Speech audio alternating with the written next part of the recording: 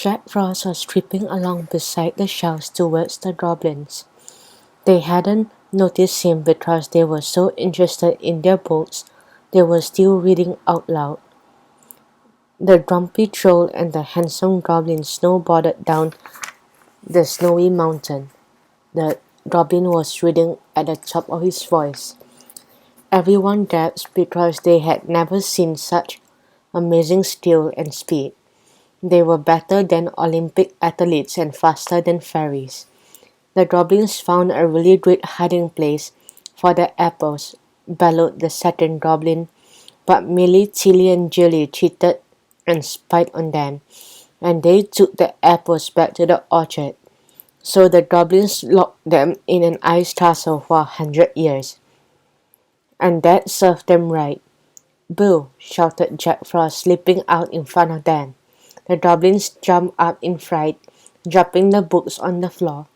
Jack Frost walked slowly towards them, and they backed away until they hit the bookshelf.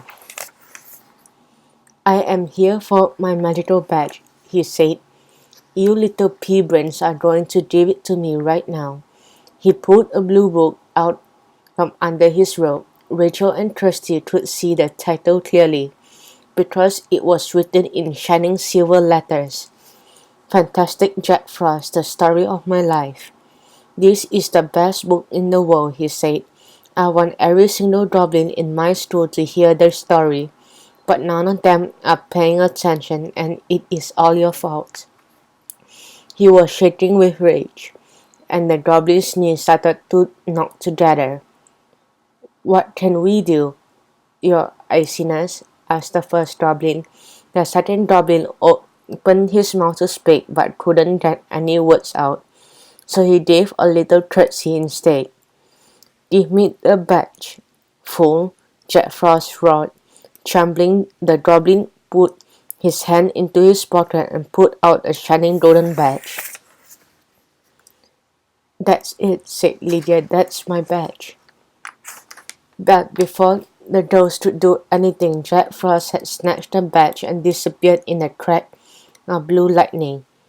"Quick, use your magic," Rachel begged Lydia.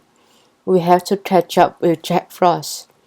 Lydia fluttered out of Rachel's pocket and hovered in front of them, holding up her wand and speaking the words of the spell. "Follow Jack Frost without any delay to find the gold badge he has stolen away. Whether in sunshine or whether in snow, take us wherever he chooses to go." With a whooshing sound, a ribbon of sparkling fairy dust wound around the girls, wrapping them in magic. They closed their eyes, and their shoulder blades tingled as gossamer wings appeared. They heard the tinkle of far-off silver bells, and then felt a blast of ice-cold air. When they opened their eyes, they were standing inside a very different kind of library. Icicles were hanging from the shelves, and there were patches of ice on the threadbare carpet. But the strangest thing was that every book in the library was exactly the same. Row after row, the girls gazed at thousands of copies of a large blue book with the title written in silver letters, "Fantastic Jack Frost, the story of my life." They were inside the library of Jack Frost's Ice Castle. The girls and Lydia were standing between two rows of bookshelves. Before they could say a word, they saw Jack Frost striding across the front of the library. A crowd of goblin students was sitting on the carpet in front of him. "Hide," said Kirsty with a gasp. They fluttered over to hide behind a bookshelf at the back of the library, close to the door. "I thought Jack Frost said that the goblins weren't paying attention," Rachel whispered. "They look very well behaved to me." "There is a good reason for that," said Lydia, looking serious. "Look at what he is wearing on his robe." The girls peered through the shelves and saw Lydia's magical badge glittering on Jack Frost's robe. "That is why the goblins are being so good," said Kirsty. They watched as Jack Frost opened a copy of his book and started to read. Chapter 1, he began. The fairies have always caused trouble for me, and their silly sense of right and wrong is always getting in my way.